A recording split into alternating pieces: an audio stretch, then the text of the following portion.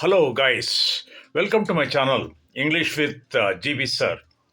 Today, let's learn about may and might. These two are modal verbs. May means uh, it gives you possibility, it gives the meaning of possibility, or giving permission or taking permission. For example, you may go now, you may go now. ಅಂದ್ರೇನು, ಈಗ ನೀನು ಹೋಗಬಹುದು.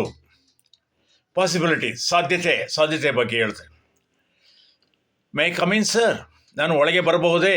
ಇಲ್ಲಿ permission ಕೇಳ್ತಾ ಇದ್ದಾನೆ. Is asking for permission. May come in sir, yes you may come in. It may rain, you may take an umbrella with you. ಮಳೆ ಬರುವ ಹಾಗಿದೆ, ನೀನು ಕೊಡೆಯನ್ನು ಜೊತೆಗೆ ತೆಗೆದುಕೊಂಡು ಹೋಗು. It might rain, take an umbrella with you. Might ಅಂದರೆ ಸಾಧ್ಯತೆ ಕಡಿಮೆ, ಮೇ ಅಂದರೆ 50-50 chance or more than 50 chance. Possibility is more ಎಲ್ಲಿ? ಮೇ ಅನ್ನೋದು ಇಟ್ ಟೆಲ್ಸ್ ದ ಪಾಸಿಟಿವಿಟಿ, ಆದರೆ ಮೈಟ್ ಅನ್ನೋದು ಇಟ್ ಟೆಲ್ಸ್ ದ ನೆಗೆಟಿವಿಟಿ. ಸಾಧ್ಯತೆ ಕಡಿಮೆ, it is less than 40%. It might rain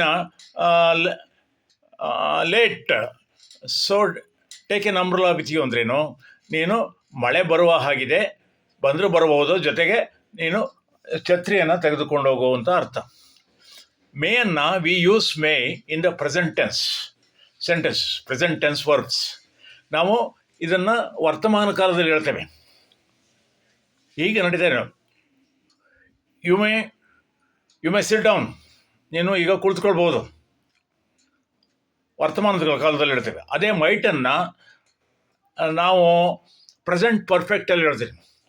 she might not have been coming, ಅವನು ಬರುವ ಸಾಧ್ಯತೆ ಬಹಳ ಕಡಿಮೆ. It might not have been rain, ಮಳೆ ಬರೋ ಸಾಧ್ಯತೆ ತುಂಬ ಕಡಿಮೆ. ಆವಾಗ ನಾವು ಪ್ರೆಸೆಂಟ್ ಪರ್ಫೆಕ್ಟ್ ಟೆನ್ಸಲ್ಲಿ ನಾವು ಮೈಟನ್ನು ಹೇಳ್ತೇವೆ. ನಾವು ಮೈಟ್ ಅನ್ನೋದು ಪ್ರೆಸೆಂಟ್ ಪರ್ಫೆಕ್ಟ್ ಟೆನ್ಸಲ್ಲಿ ಯೂಸ್ ಮಾಡ್ತೇವೆ. ಅದೇ ಮೇ ಅನ್ನೋದನ್ನು ಪ್ರೆಸೆಂಟ್ ಟೆನ್ಸಲ್ಲಿ ಮಾತ್ರ ನಾವು ಯೂಸ್ ಮಾಡ್ತೇವೆ. ಮೇಗೆ ಇನ್ನೊಂದಷ್ಟು ಉದಾಹರಣೆ ಅಂತಂದರೆ,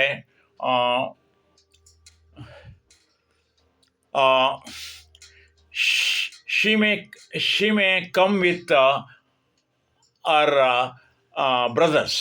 she may come here with our brothers.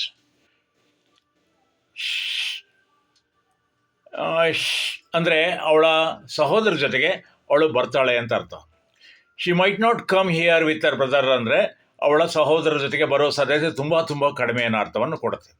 Okay friends, please subscribe to my channel. Thank you.